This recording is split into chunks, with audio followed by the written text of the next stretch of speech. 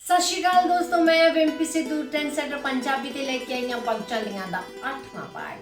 ਪਗਝੜੀਆਂ ਤੁਹਾਨੂੰ ਪਤਾ ਹੀ ਹੈ, ਪੰਜਾਬੀ ਦੀ ਵੱਡੀ ਲੇਖਿਕਾ ਬਚਿੰਤ ਕੌਰ ਦੇ ਸਿਰੜ ਦੀ ਕਹਾਣੀ ਹੈ। ਜਦੋਂ ਪਗਝੜੀਆਂ ਛਪੀ ਇੰਨੀ ਜ਼ਿਆਦਾ ਮਕਬੂਲ ਹੋਈ ਕਿ ਲੇਖਿਕਾ ਨੂੰ ਪਗਝੜੀਆਂ ਵਾਲੀ ਬਚਿੰਤ ਕੌਰ ਦੇ ਨਾਂ ਨਾਲ ਜਾਣਿਆ ਜਾਣ ਲੱਗਾ। ਲੇਖਿਕਾ ਦੇ ਪਾਠਕਾਂ ਵੱਲੋਂ ਪ੍ਰਸ਼ੰਸਾ ਪੱਤਰ ਚਿੱਠੀਆਂ ਦੇ ਰੂਪ ਵਿੱਚ ਲੇਖਿਕਾ ਨੂੰ 13,000 ਤੋਂ ਵੱਧ ਪ੍ਰਾਪਤ ਹੋਏ ਔਰ ਇਹਨਾਂ ਚਿੱਠੀਆਂ ਦੇ ਉੱਪਰ ਐਮਫਿਲ ਪੱਧਰ ਦਾ ਖੋਜ ਕਾਰਜ ਵੀ ਹੋ ਚੁੱਕਿਆ ਹੈ। ਲੇਖਿਕਾ ਆਪਣੇ ਪ੍ਰਸ਼ੰਸਕਾਂ ਦਾ ਜ਼ਿਕਰ ਕਰਦਿਆਂ ਡਾਕਟਰ ਹਰਭਜਨ ਸਿੰਘ ਦਾ ਜ਼ਿਕਰ ਅਕਸਰ ਕਰਦੀ ਹੈ, ਜਿਹੜੇ ਕਿ ਅੱਜ ਤੋਂ 30 ਸਾਲ ਪਹਿਲਾਂ ਸਿਵਲ ਸਰਜਨ ਬਠਿੰਡਾ ਸਨ। ਪਗਝੜੀਆਂ ਪੜ੍ਹਨ ਤੋਂ ਬਾਅਦ ਉਹਨਾਂ ਨੇ ਲੇਖਿਕਾ ਨੂੰ 10,000 ਦਾ ਡਰਾਫਟ ਭੇਜਿਆ, ਜਿਸ ਨੂੰ ਲੇਖਿਕਾ ਨੇ ਅੱਜ ਵੀ ਸੰਭਾਲ ਕੇ ਰੱਖਿਆ ਹੋਇਆ ਹੈ। ਸੋ ਮੈਨੂੰ ਲੱਗਦਾ ਜਦੋਂ ਕਿਸੇ ਲੇਖਕ ਨੂੰ ਉਸਦੇ ਪਾਠਕਾਂ ਵੱਲੋਂ ਇੰਨੀ ਜ਼ਿਆਦਾ ਮੁਹੱਬਤ ਮਿਲ ਜਾਏ, ਇਸ ਤੋਂ ਵੱਡਾ ਮਾਨ ਸਨਮਾਨ ਕੋਈ ਹੋ ਨਹੀਂ ਸਕਦਾ। ਇੰਨੇ ਸਾਲਾਂ ਬਾਅਦ ਜਦੋਂ ਆਪਣੀ ਕਿਤਾਬ ਪਗਝੜੀਆਂ ਨੂੰ ਲੇਖਿਕਾ ਸੋਸ਼ਲ ਮੀਡੀਆ ਤੇ ਟ੍ਰੈਂਡ ਸੈਟਰ ਪੰਜਾਬੀ ਵੱਲੋਂ ਆਡੀਓ ਫਾਰਮ ਦੇ ਵਿੱਚ ਸੁਣ ਰਹੀ ਹੈ, ਵੇਖ ਰਹੀ ਹੈ, ਤੁਹਾਡੇ ਵੱਲੋਂ ਮਿਲ ਰਹੀ ਮੁਹੱਬਤ ਨੂੰ ਮਾਣ ਰਹੀ ਹੈ, ਤਾਂ ਬਹੁਤ ਜ਼ਿਆਦਾ ਖੁਸ਼ੀ ਦਾ ਇਜ਼ਹਾਰ ਅਕਸਰ ਕਰਦੀ ਹੈ। ਤਾਂ ਫਿਰ ਆਓ ਪਗਝੜੀਆਂ ਦੀ ਕੜੀ ਨੂੰ ਜੋੜਦੇ ਹਾਂ, 7ਵੇਂ ਅਧਿਆਇ ਤੋਂ ਬਾਅਦ ਜੁੜਦੇ ਹਾਂ 8ਵੇਂ ਅਧਿਆਇ ਦੇ ਨਾਲ। ਆਓ ਜੁੜਦੇ ਹਾਂ ਬਚਿੰਤ ਕੌਰ ਦੀ ਸਵੈ ਜੀਵਨੀ ਪਗਝੜੀਆਂ ਦੇ 8ਵੇਂ ਅਧਿਆਇ ਕੂੜਾ ਸੌਦਾ ਦੇ ਨਾਲ। ਅੰਬੈਸਡਰ ਹੋਟਲ ਤੋਂ ਮੈਨੂੰ 1 ਹਫ਼ਤੇ ਦੇ ਅੰਦਰ ਇੰਟਰਵਿਊ ਕਾਲ ਆ ਗਈ, ਪਰ ਮੈਂ ਜਦੋਂ ਇੰਟਰਵਿਊ ਦੇਣ ਗਈ ਤਾਂ ਉੱਥੇ ਸਾਰੀਆਂ ਹੀ ਕੁੜੀਆਂ ਬਹੁਤ ਅਮੀਰ ਘਰਾਂ ਤੋਂ ਆਈਆਂ ਹੋਈਆਂ ਸਨ, ਜਿਨ੍ਹਾਂ 'ਚੋਂ ਕਈਆਂ ਨੇ ਸਕਰਟ ਬਲਾਊਜ਼ ਪਹਿਨ ਰੱਖੇ ਸਨ ਅਤੇ ਕਈਆਂ ਨੇ ਉੱਚੀ ਅੱਡੀ ਵਾਲੇ ਸੈਂਟਲਾਂ ਨਾਲ ਮਹੀਨ ਕੀਮਤੀ ਸਾੜੀਆਂ ਪਾਈਆਂ ਹੋਈਆਂ ਸਨ। ਇਹਨਾਂ ਸਾੜੀਆਂ 'ਚੋਂ ਉਹਨਾਂ ਦਾ ਗੋਰਾ ਅਤੇ ਗੁੰਦਵਾਂ ਬਦਨ ਉਘੜ ਰਿਹਾ ਸੀ। ਉਹਨਾਂ 'ਚੋਂ ਕਈ ਤਾਂ ਇਉਂ ਪਟਾਕ ਅੰਗਰੇਜ਼ੀ ਬੋਲਣ ਜਿਵੇਂ ਉਹ ਵਲਾਇਤ 'ਚ ਜੰਮੀਆਂ ਹੋਣ। ਉਹਨਾਂ ਨੂੰ ਦੇਖ ਕੇ ਮੈਂ ਆਪਣੀ ਰੈਗਲਨ ਸਲੀਵ ਦੀ ਬੂਟੀਦਾਰ ਕਮੀਜ਼ ਅਤੇ ਚਿੱਟੀ ਸਲਵਾਰ ਵੱਲ ਝਾਤ ਮਾਰੀ। ਉੱਤੋਂ ਮੇਰੇ ਚਿਹਰੇ ਦਾ ਨਕਸ਼ਾ ਅਜੇ ਤੱਕ ਉਂਝ ਦਾ ਉਂਝ ਹੀ ਪਾਟਿਆ ਪਿਆ ਸੀ। ਐਨੀ ਛੇਤੀ ਭਲਾ ਘਾਉ ਕਿਵੇਂ ਭਰਦੇ ਨੇ। ਅੰਗਰੇਜ਼ੀ ਤਾਂ ਮੈਨੂੰ ਉਦੋਂ ਯੈਸ ਅਤੇ ਨੋ ਤੱਕ ਹੀ ਆਉਂਦੀ ਸੀ, ਪਰੰਤੂ ਮੈਂ ਆਪਰੇਟਰ ਰਹਿ ਚੁੱਕੀ ਸੀ। ਇਸ ਕਰਕੇ ਟੈਲੀਫੋਨ ਐਕਸਚੇਂਜ 'ਚ ਵਰਤੇ ਜਾਣ ਵਾਲੇ ਕੁਝ ਫਿਕਰੇ ਬਹੁਤ ਚੰਗੀ ਤਰ੍ਹਾਂ ਬੋਲ ਸਕਦੀ ਸੀ, ਜਿਵੇਂ yes please, number please, which number have you dialed, which number you want, ਆਦਿ। ਇਹ ਵੈਕੈਂਸੀ ਟੈਲੀਫੋਨ ਆਪਰੇਟਰ ਕਮ ਰਿਸੈਪਸ਼ਨਿਸਟ ਦੀ ਸੀ ਅਤੇ ਉੱਤੋਂ ਅੰਬੈਸਡਰ ਹੋਟਲ 'ਚ, ਜਿੱਥੇ ਉਹਨਾਂ ਦਿਨਾਂ 'ਚ ਬਹੁਤਾ ਕਰਕੇ ਵਿਦੇਸ਼ੀ ਲੋਕ ਹੀ ਆ ਕੇ ਠਹਿਰਦੇ ਸਨ। ਸੋ ਮੈਂ ਕਿਸੇ ਵੀ ਹਾਲ ਇੱਥੇ ਸਿਲੈਕਟ ਹੋਣ ਵਾਲੀ ਨਹੀਂ ਸੀ। ਇੰਟਰਵਿਊ ਬੋਰਡ ਦੇ ਸਾਰੇ ਹੀ ਬੰਦੇ ਅੰਗਰੇਜ਼ੀ ਬੋਲ ਰਹੇ ਸਨ। ਗੱਲ ਉਹੀ ਹੋਈ ਜਿਸ ਦਾ ਮੈਨੂੰ ਡਰ ਸੀ। ਇਸ ਨੌਕਰੀ ਦੇ ਮੈਂ ਕਿਸੇ ਵੀ ਤਰੀਕੇ ਨਾਲ ਕਾਬਲ ਨਹੀਂ ਸੀ। ਮੈਨੂੰ ਤਾਂ ਸਿਰਫ PBX ਦਾ ਬੋਰਡ ਹੀ ਅਟੈਂਡ ਕਰਨਾ ਆਉਂਦਾ ਸੀ। ਉੱਥੇ ਤਾਂ ਹੋਰ ਵੀ ਬਹੁਤ ਕੁਝ ਚਾਹੀਦਾ ਸੀ ਜੋ ਮੇਰੇ 'ਚ ਨਹੀਂ ਸੀ। ਸੋ ਮੈਂ ਪਿੱਛੋਂ 1965 ਤੱਕ ਨੌਕਰੀ ਲਈ ਉਹ ਧੱਕੇ ਖਾਧੇ ਕਿ ਰਹੇ ਰੱਬ ਦਾ ਨਾਂ। ਵੀਰ ਧਨੀ ਰਾਮ ਰੋਜ਼ ਅਖਬਾਰਾਂ ਦੀਆਂ ਕਟਿੰਗਸ ਲੈ ਕੇ ਆਉਂਦੇ, ਅਰਜ਼ੀਆਂ ਲਿਖਵਾਉਂਦੇ ਅਤੇ ਮੈਥੋਂ ਦਸਤਖਤ ਕਰਵਾ ਕੇ ਆਪ ਹੀ ਪੋਸਟ ਕਰ ਦਿੰਦੇ, ਪਰ ਕਿਧਰੇ ਵੀ ਕੋਈ ਗੱਲ ਨਾ ਬਣਦੀ। ਬਹੁਤ ਦੇਰ ਜੁੱਤੀਆਂ ਘਸਾਉਣ ਪਿੱਛੋਂ ਫਿਰ ਮੈਨੂੰ ਰਾਜਪੁਰ ਰੋਡ ਉੱਤੇ ਇਨਕਮ ਟੈਕਸ ਦੇ ਦਫ਼ਤਰ 'ਚ ਬਣੀ ਇੱਕ ਪ੍ਰਾਈਵੇਟ ਕੈਂਟੀਨ 'ਚ 100 ਰੁਪਏ ਮਹੀਨੇ ਦੀ ਨੌਕਰੀ ਮਿਲ ਗਈ।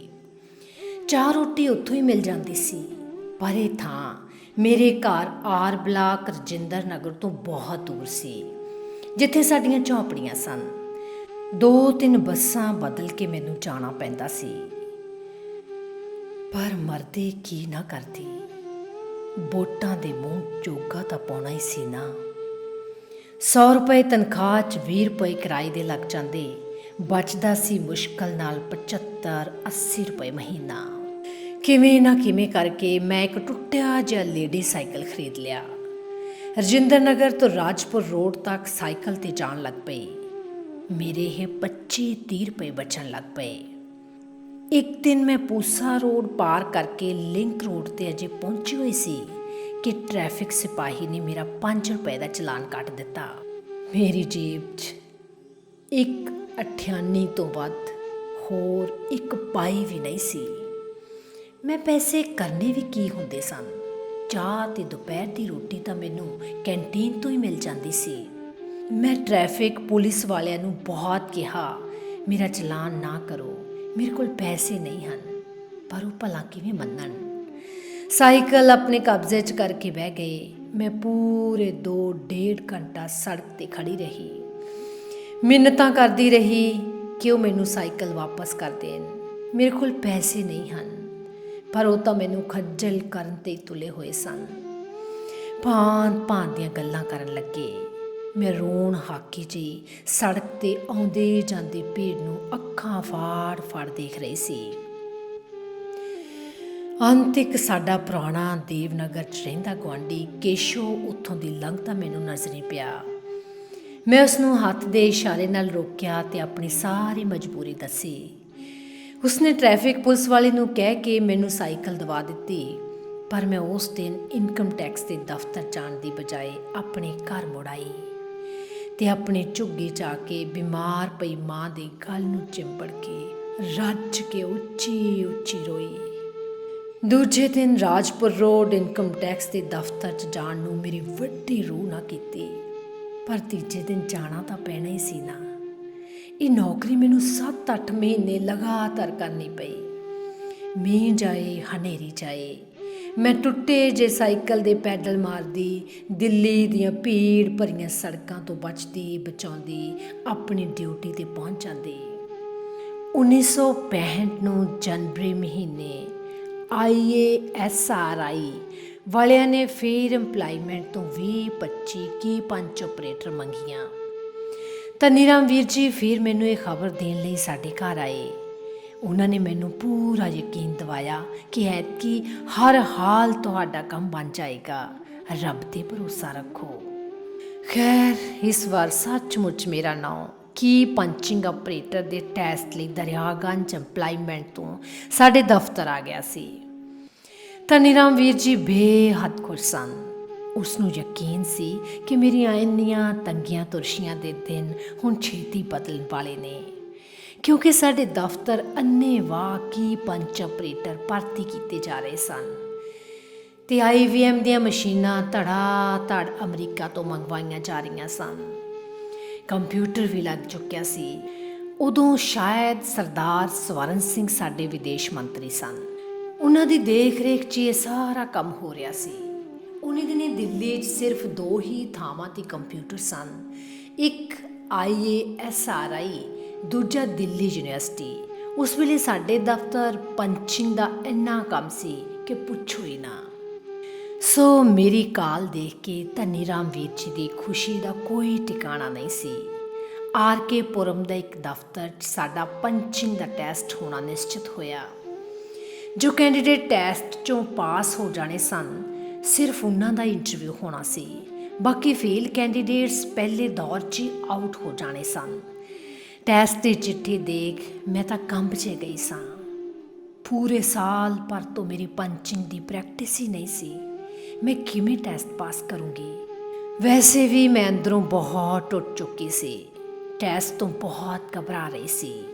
ਧਨੀ ਰਾਮ ਵੀਰ ਜੀ ਨੇ ਮੈਨੂੰ ਭਰੋਸਾ ਦਿਵਾਇਆ, ਤੁਸੀਂ ਟੈਸਟ 'ਚੋਂ ਹਰ ਹਾਲ ਪਾਸ ਹੋ ਜਾਓਗੇ, ਕਿਉਂਕਿ ਮੈਂ ਐਡਮਿਨਿਸਟ੍ਰੇਸ਼ਨ 'ਚ ਕੰਮ ਕਰਦੇ ਇੱਕ ਅਸਿਸਟੈਂਟ ਮਿਸਟਰ ਵਰਮਾ ਨੂੰ ਤੁਹਾਡੇ ਬਾਰੇ ਕਹਿ ਦਿੱਤਾ ਹੈ। ਉਹ ਜਿਵੇਂ ਮਰਜ਼ੀ ਕਰੇ, ਤੁਹਾਨੂੰ ਹਰ ਹਾਲ ਟੈਸਟ 'ਚੋਂ ਪਾਸ ਕਰਵਾਏਗਾ ਅਤੇ ਇੰਟਰਵਿਊ ਵੇਲੇ ਕੋਈ ਮੁਸ਼ਕਲ ਨਹੀਂ ਹੋਏਗੀ। ਟੈਸਟ ਵਾਲੇ ਦਿਨ ਮੈਂ ਖੁਦ RK ਪੁਰਮ ਤੁਹਾਡੇ ਨਾਲ ਚੱਲਾਂਗਾ। ਧਨੀ ਰਾਮ ਵੀਰ ਜੀ ਨੇ ਮੈਨੂੰ ਟੈਸਟ ਦੇ ਪਹਿਲੇ ਦਿਨ ਮਿਸਟਰ ਵਰਮਾ ਨਾਲ ਮਿਲਾ ਦਿੱਤਾ ਅਤੇ ਮਸ਼ੀਨਾਂ ਵੀ ਦਿਖਾ ਦਿੱਤੀਆਂ ਜਿਨ੍ਹਾਂ 'ਤੇ ਟੈਸਟ ਹੋਣਾ ਸੀ। ਸੋ ਮੈਨੂੰ ਕਾਫੀ ਭਰੋਸਾ ਹੋ ਗਿਆ ਕਿ ਮੈਂ ਟੈਸਟ 'ਚੋਂ ਪਾਸ ਹੋ ਹੀ ਜਾਵਾਂਗੀ। ਦੂਜੇ ਦਿਨ ਜਦੋਂ ਮੈਂ RK ਪੁਰਮ ਦੇ ਦਫ਼ਤਰ ਟੈਸਟ ਦੇਣ ਲਈ ਪਹੁੰਚੀ ਤਾਂ ਉੱਥੇ ਬਹੁਤ ਭੀੜ ਭੜੱਕਾ ਸੀ।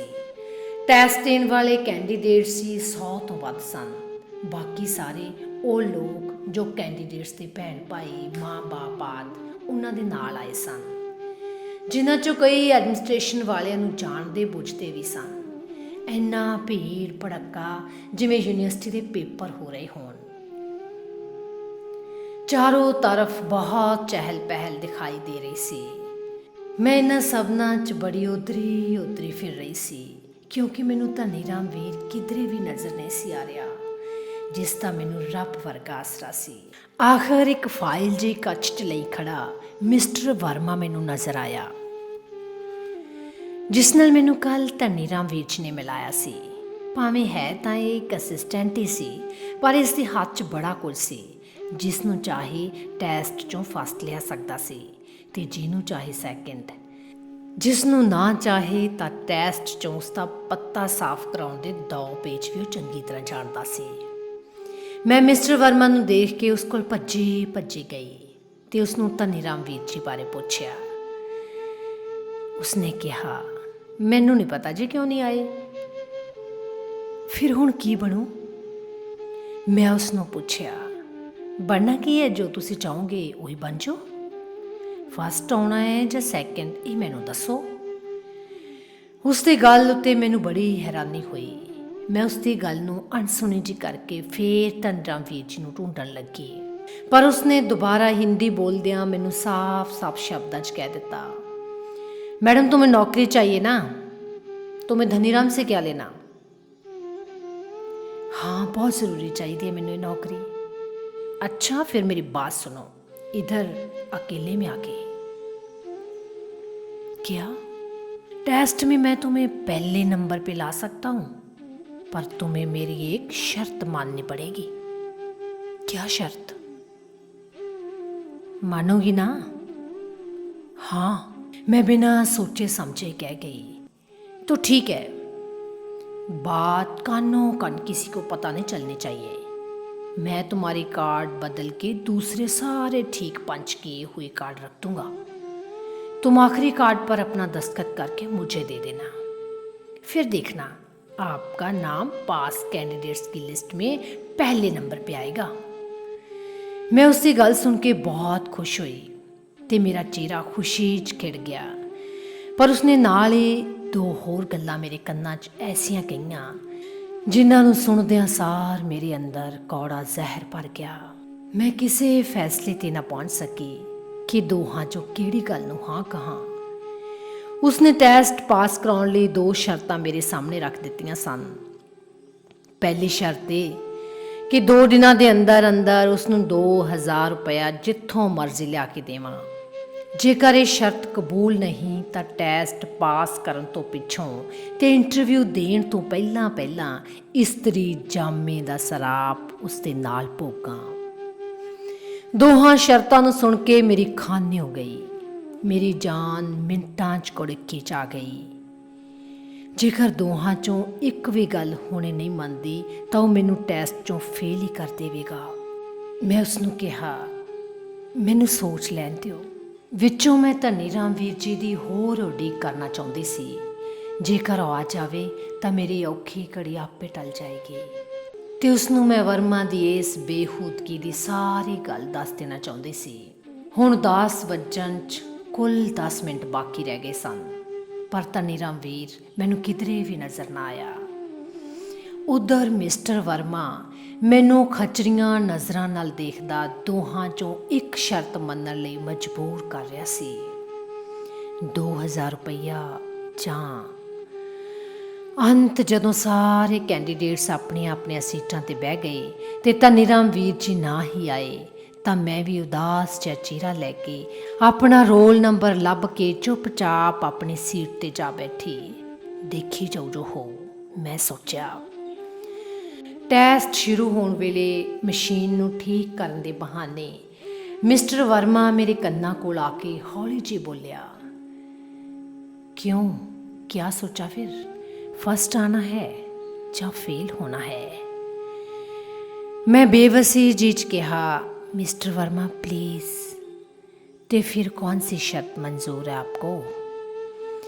उसने मशीन 'ਚ फसिया कार्ड बाहर ਨੂੰ ਖਿੱਚਦਿਆਂ ਫਿਰ ਪੁੱਛਿਆ, 2000? ਮੇਰੇ ਪੇਪੜੀ ਬਣੇ ਬੁੱਲਾਂ 'ਚੋਂ ਗਿਰਦੇ ਇਹ ਬੋਲ ਕੰਬਦਿਆਂ ਉਸ ਦੇ ਕੰਨਾਂ तक पहुंच गए। 2000। देखो तुम मुझे धोखा नहीं दे सकती, याद रखना। ਉਸਦੇ ਧਮਕੀ ਭਰੇ ਬੋਲ ਸੁਣਦਿਆਂ ਸਾਰ ਜਿਵੇਂ ਮੇਰਾ ਕਲੇਜਾ ਵਲੂੰਦਰਿਆ ਗਿਆ। ਦੂਜੇ ਦਿਨ ਪਾਸ ਕੈਂਡੀਡੇਟਸ ਦੀ ਲਿਸਟ 'ਚ ਮੇਰਾ ਨਾਂ ਦੂਜੇ ਨੰਬਰ 'ਤੇ ਸੀ, ਪਰ ਅੱਜ ਸ਼ਾਮ ਤੱਕ ਮੈਂ ਉਸ ਨੂੰ 2000 ਰੁਪਏ ਹਰ ਹਾਲ ਦੇਣੇ ਸਨ, ਨਹੀਂ ਤਾਂ ਮੇਰਾ ਬਹੁਤ ਚਿੱਤ ਕਰੇ ਮੈਂ ਇਹ ਗੱਲ ਕਿਵੇਂ ਨਾ ਕਿਵੇਂ ਜਾ ਕੇ ਧਨੀ ਰਾਮ ਵੀਰ ਜੀ ਨਾਲ ਸਾਂਝੀ ਕਰਾਂ, ਪਰ ਉਹ ਤਾਂ ਅੱਜ ਵੀ ਦਫ਼ਤਰ ਨਹੀਂ ਸੀ ਆਇਆ। ਮੈਂ ਪੁੱਛ-ਗਿੱਛ ਕਰਕੇ ਉਸਦੇ ਘਰ ਪਹੁੰਚੀ। ਘਰ ਜਾ ਕੇ ਦੇਖਿਆ ਉਸਨੂੰ 5 ਭੱਠ ਤਾਪ ਚੜ੍ਹਿਆ ਹੋਇਆ ਸੀ। ਉਸਦੇ ਘਰ ਦੇ ਸਾਰੇ ਜੀਅ ਘਬਰਾਏ ਹੋਏ ਸਨ। ਇਹ ਸਭ ਦੇਖ ਕੇ ਮੈਂ ਉਹਨਾਂ ਨਾਲ ਸਿਰਫ ਇੰਨੀ ਹੀ ਗੱਲ ਕਰ ਸਕੀ ਕਿ ਮੈਂ ਟੈਸਟ 'ਚੋਂ ਪਾਸ ਹੋ ਗਈ ਹਾਂ। ਇਹ ਖਬਰ ਸੁਣਦਿਆਂ ਸਾਰ ਵੀਰ ਧਨੀ ਰਾਮ ਦੇ ਚਿਹਰੇ 'ਤੇ ਖੁਸ਼ੀ ਦੀ ਇੱਕ ਲਹਿਰ 'ਚ ਦੌੜ ਗਈ ਅਤੇ ਉਹ ਮੈਨੂੰ ਦੱਸਣ ਲੱਗੇ ਕਿ ਮੈਂ ਬੁਖਾਰ ਤੇਜ਼ ਹੋਣ ਕਰਕੇ ਆਰ ਕੇ ਪੁਰਮ ਨਹੀਂ ਪਹੁੰਚ ਸਕਿਆ। ਪਰ ਵੀਰ ਜੀ ਕਰਦੇ ਮੇਰੇ ਹੋਂਠ ਫਰਕੇ ਜ਼ਰੂਰ। ਅੱਗੋਂ ਮੈਂ ਚੁੱਪ ਹੀ ਕਰਕੇ ਰਹਿ ਗਈ। ਉਸਦੀ ਬੀਵੀ ਹੁਣ ਮੇਰੇ ਲਈ ਚਾਹ ਬਣਾ ਲਿਆਈ ਸੀ ਅਤੇ ਸਾਰਾ ਟੱਬਰ ਕਮਰੇ 'ਚ ਮੇਰੇ ਕੋਲ ਆਣ ਬੈਠਾ। ਮੈਂ ਕੁਝ ਚਿਰ ਉਹਨਾਂ ਕੋਲ ਕੁਰਸੀ 'ਤੇ ਖਾਮੋਸ਼ ਬੈਠੀ ਰਹੀ।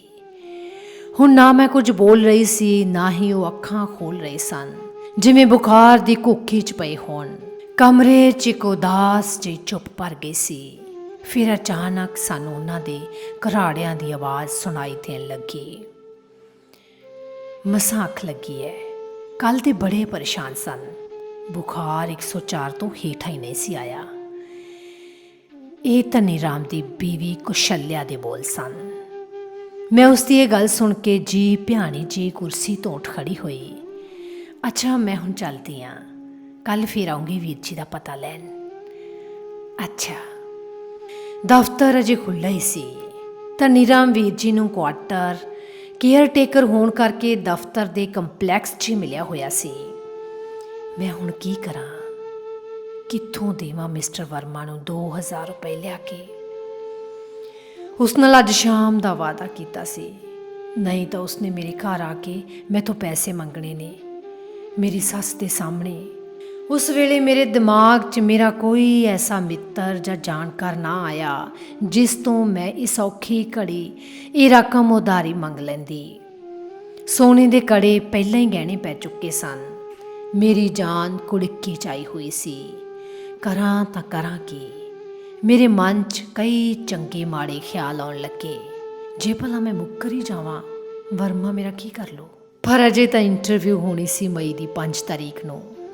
ਉਹ ਤਾਂ ਮੈਨੂੰ ਜਾਣ-ਬੁੱਝ ਕੇ ਰਿਜੈਕਟ ਕਰਵਾ ਦੇਵੇਗਾ। ਬਣਿਆ ਬਣਾਇਆ ਸਾਰਾ ਕੰਮ ਵਿਗਾੜ ਸਕਦਾ ਹੈ ਉਹ। 2-4 ਦਿਨ ਮੇਰੇ ਕੋਲ ਹੁੰਦੇ ਤਾਂ ਮੈਂ ਕੋਈ ਚਾਰਾ ਵੀ ਕਰ ਸਕਦੀ। ਹੁਣ ਭਲਾ ਮੈਂ ਤਲੀ ਤੇ ਸਰੋਂ ਕਿਵੇਂ ਜਮਾਵਾਂ? ਪੈਸੇ ਤਾਂ ਸ਼ਾਮ ਤੱਕ ਹੀ ਦੇਣੇ ਸਨ। ਆਖਰ ਮੈਂ ਚਿੱਤ 'ਚ ਵਿਚਾਰ ਕੀਤੀ ਕਿ ਅਜੇ ਤਾਂ ਇੰਟਰਵਿਊ 'ਚ 2 ਦਿਨ ਬਾਕੀ ਨੇ, ਸ਼ਾਇਦ ਕਿਧਰੋਂ ਉਧਾਰੀ ਰਕਮ ਮਿਲ ਜਾਵੇ, ਜਾਂ ਫਿਰ ਧਨੀ ਰਾਮ ਵੀਰ ਜੀ ਤੰਦਰੁਸਤੀ ਹੋ ਜਾਣ ਅਤੇ ਮੈਂ ਉਹਨਾਂ ਨਾਲ ਗੱਲ ਸਾਂਝੀ ਕਰਕੇ ਇਹ ਬਿਪਤਾ ਤੋਂ ਸੁਰਖਰੂ ਹੋ ਸਕਾਂ। ਨਾਲੇ ਵਰਮਾ ਕਿਹੜਾ ਜ਼ਰੂਰੀ ਹੈ ਕਿ ਅੱਜ ਹੀ ਮੇਰੇ ਘਰ ਆਉਣ ਲੱਗਿਆ। ਮੈਂ ਇਹਨਾਂ ਦਲੀਲਾਂ 'ਚ ਘਿਰੀ ਪਤਾ ਨਹੀਂ ਕਿਵੇਂ ਤੁਰਦੀ ਦਫ਼ਤਰ ਜਾਣ ਦੀ ਬਜਾਏ ਆਪਣੀ ਝੌਂਪੜੀ ਵੱਲ ਮੁੜ ਆਈ। ਮਈ ਮਹੀਨੇ ਦੀ ਤਿੱਖੀਆਂ ਚਿਣਗਾਂ ਜਿਹੀਆਂ ਮਾਰਦੀ ਧੁੱਪ 'ਚੋਂ ਆ ਕੇ ਮੈਂ ਮਸਾਂ ਜੇ ਪਾਣੀ ਦਾ ਘੁੱਟ ਪੀ ਕੇ ਮਾਂ ਜੀ ਦਾ ਹਾਲ ਚਾਲ ਹੀ ਪੁੱਛਣ ਲੱਗੀ ਸੀ ਕਿ ਵਰਮਾ ਉੱਧਰੋਂ ਸਿੱਧਾ ਮੇਰੇ ਘਰ ਆ ਧਮਕਿਆ। ਆਓ ਵਰਮਾ ਜੀ, ਬੈਠੋ। ਮੈਂ ਬੜੇ ਉਖੜੇ ਜਿਹੇ ਬੋਲਾਂ ਨਾਲ ਉਸਨੂੰ ਮੰਚੇ 'ਤੇ ਬੈਠਣ ਲਈ ਕਿਹਾ। ਮਾਂ ਜੀ, ਇਹ ਵਰਮਾ ਜੀ ਨੇ, ਉੱਥੇ ਦਫ਼ਤਰ 'ਚ ਕੰਮ ਕਰਦੇ ਨੇ ਜਿੱਥੇ ਮੈਂ ਕੱਲ੍ਹ ਟੈਸਟ ਦੇਣ ਗਈ ਸੀ। ਮੈਂ ਵਰਮੇ ਵੱਲ ਬਿੱਟ ਤੱਕਦੀ ਨੇ ਮਾਂ ਜੀ ਨੂੰ ਕੰਬਦੀ ਜਿਹੀ ਆਵਾਜ਼ 'ਚ ਵਰਮੇ ਬਾਰੇ ਦੱਸਿਆ। ਵਰਮਾ ਹੁਣ ਚੁੱਪਚਾਪ ਆਪਣੀਆਂ ਪੀਲੀਆਂ ਨਸ਼ੇ ਮਾਰੀਆਂ ਅੱਖਾਂ ਨਾਲ ਇੱਕੋ ਟੱਕ ਮੇਰੇ ਵੱਲ ਤੱਕ ਰਿਹਾ ਸੀ। ਉਹ ਸ਼ਰਾਬ ਵੀ ਬੜੀ ਪੀਂਦਾ ਸੀ। ਇਹ ਗੱਲ ਦਫ਼ਤਰ 'ਚ ਸਭ ਨੂੰ ਪਤਾ ਸੀ। ਉਸ ਦਾ ਚਿੱਬ ਖੜੱਬਾ ਚਿਹਰਾ ਅਤੇ ਅੱਖਾਂ ਦੇ ਕੋਲ ਨੂੰ ਉੱਗੇ ਵੱਡੇ ਵਾਲ, ਜਿਵੇਂ ਮੇਰੇ ਕੋਲੋਂ ਉਸ ਵੱਲ ਤੱਕਿਆ ਹੀ ਨਹੀਂ ਸੀ ਜਾ ਰਿਹਾ। ਉਸ ਦੀ ਸਾਰੀ ਦਿੱਖ ਮੈਨੂੰ ਇੰਨੀ ਕੁਰਖਤ ਜਿਹੀ ਜਾਪ ਰਹੀ ਸੀ ਜਿਵੇਂ ਮੈਂ ਬਿੰਦ ਭਰ ਲਈ ਵੀ ਉਸ ਨੂੰ ਆਪਣੇ ਕੋਲ ਬੈਠਾ ਬਰਦਾਸ਼ਤ ਨਹੀਂ ਸੀ ਕਰ ਸਕਦੀ। ਪਰ ਉਸ ਦੀਆਂ ਨਜ਼ਰਾਂ 'ਚ ਤੈਰਦਾ ਸਵਾਲ ਮੈਨੂੰ ਉਸ ਪ੍ਰਤੀ ਸਤਿਕਾਰ ਨਾਲ ਦੇਖਣ ਲਈ ਮਜਬੂਰ ਕਰ ਰਿਹਾ ਸੀ। ਖੈਰ, ਮੈਂ ਉਸਨੂੰ ਨਾ ਚਾਹੁੰਦਿਆਂ ਹੋਇਆਂ ਵੀ ਸਟੋਵ ਬਾਲ ਕੇ ਚਾਹ ਬਣਾ ਦਿੱਤੀ।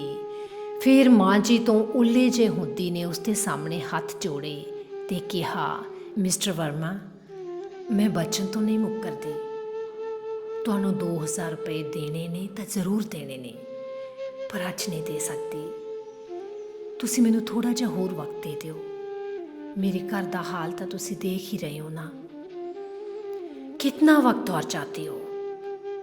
एक दिन और देता हूँ, लेकिन याद रखो 5 तारीख को इंटरव्यू है, फिर मुझे कुछ ना कहना। उसकी ये धमकी सुन मैं अंदरों कंब गई। मेरी माँ जी भी जिवें मेरे चेहरे तो हुण मेरी चिंता नूं अखर अखर पढ़ रही सी। मैं दब्बे जे बोलां नाल मिस्टर वर्मा तो माफ़ी मंगी ते हथ जोड़ के उसनूं कहा, हुण तुसीं जाओ, मैं कल तक ज़रूर कोई इंतज़ाम कर दूँगी। उसते जांदियां ही मैनूं ख्याल आया मैं ब्राइटवेज़ वालियां कोलों क्यों ना ये रकम उधारी फड़ लवां, पर मैं हुण उन्हां दे सामणे जावां भी तां जावां किवें? चल ना सही ब्राइटवेज़ दा मैनेजर तां हुण मैनूं अपनी भैन समझदा है ना, वो ज़रूर मेरी मदद करूगा। सो मैं दुकान बंद होने पिछों उसनूं जाके मिली, ये रकम उस कोलों उधारी मंगी। उसने सारी गल सुन के मैनूं कहा, बचंत मैं कल नूं तां नहीं कर सकदा 2000 का प्रबंध। हाँ, 2-3 दिनां तक जरूर दे सकदा, पर तैनूं इन्नी वड्डी रकम दी खड़े पैर लोड़ किवें आ पई? दोस्तों, तुसीं मान रहे सी पर चंडियां दे 8वें अध्याय दे पहले भाग नूं। सो जाण तो पहला एक गल जरूर कहांगी कि जल्दी जेकर तुसी पहला चैनल नूं सबसक्राइब नहीं कीता तां सबसक्राइब कर दिओ, बैल आइकन नूं दबा दिओ ते लाइक शेयर जरूर करो। इस गल दे लई असीं तुहाडा बहुत-बहुत धन्नवाद करदे हां ते बेहद खुशी दा इजहार भी करदे हां कि तुहाडे विचों बहुत सारे दर्शक साडे रेगुलर दर्शक बने होए ने। तुहाडा बहुत-बहुत शुक्रिया। अगले एपीसोड विच फिर मिलांगी। सत श्री अकाल।